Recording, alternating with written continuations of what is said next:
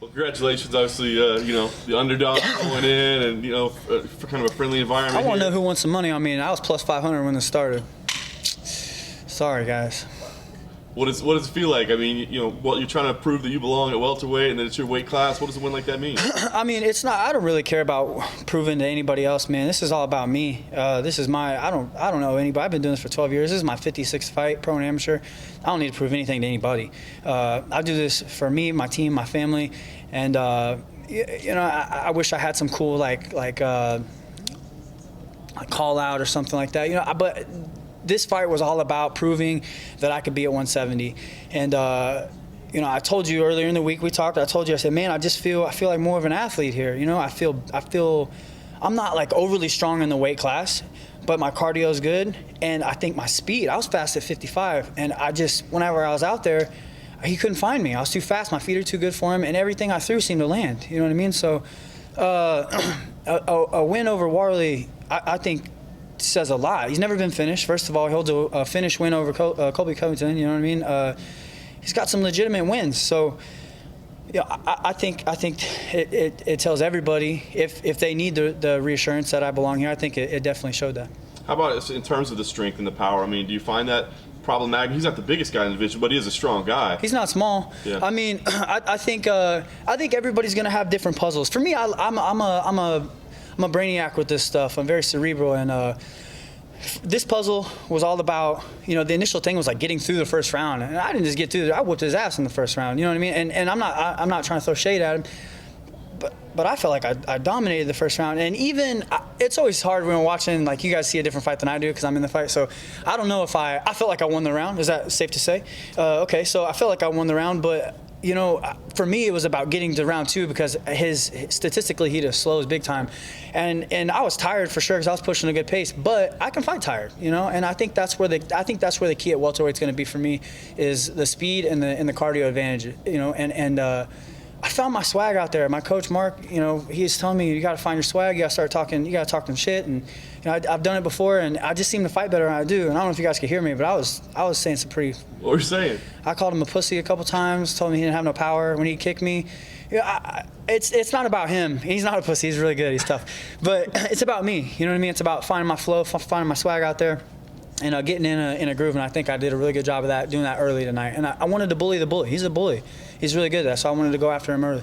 The knee was solid. You thought that was a technique that you knew would be there tonight? Oh yeah, I don't want to make the interview about my coach, but it is about him. You know what I mean? This is my coach's number one move, and I stole it from him. It's a move that guys at Factory X are really good at. All of them are good at it, and it's just a fake low kick. And you bring up the knee, and I did it with the front kick earlier too.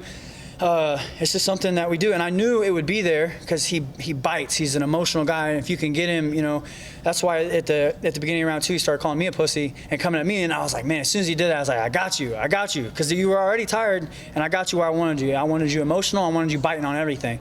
And I got him biting on it, and I threw it again. I threw it a couple times, but it wasn't there. I got him a little emotional and got him biting on it, and he ran right into it. I can't see many arguments, but the stoppage you feel good with. I mean, obviously he was still standing. Ask him.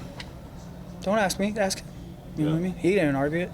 I thought, yeah, of course. I mean, I was landing clean punches on him, and he wasn't like, his eyes weren't on me. You know what I mean? Like, once again, I'm not throwing shade at him, but it was a good stoppage for sure. And man, they could let it go. Or they could have let it go a little bit longer and see where that would have went. I mean, he's a good fighter, and I respect him very high. I think it's the best win of my career and best performance of my career, and I knew that was going to be the case.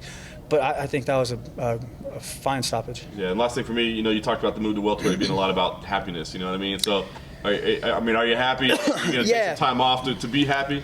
Yeah. So the thing is, I thought about this really hard last night laying in bed, and I didn't want the result to be about staying at welterweight or moving back or anything like that. I've been saying all week the 70 is my home, and I really believe that. But obviously getting through the fight kind of, if I got ragdolled and tossed around, you got to maybe look at going back down, But I kind of did an inventory check last night. I was like, how do I feel? Man, I feel really good. I just feel strong. I feel athletic. And at 55, like there's things that go on in the weight cut. Like this is way too much information, but like I don't poop for like 3 or 4 days after that, and I get tired quicker. My body just doesn't recover, man. And I know I'm not the biggest 70-pounder, but I'm fast, and I think, like I said, I think as long as you can make everything a puzzle in the game, I think there's always ways that speed kills. You know what I mean? So, but to answer your question, I've been happy this whole week. You know what I mean? I've got to sit down and have dinner with my team. It's not like, oh, I got 47,000 pounds to cut. You go eat, and I'll sit in this room for a week. No, I got to hang out with the team.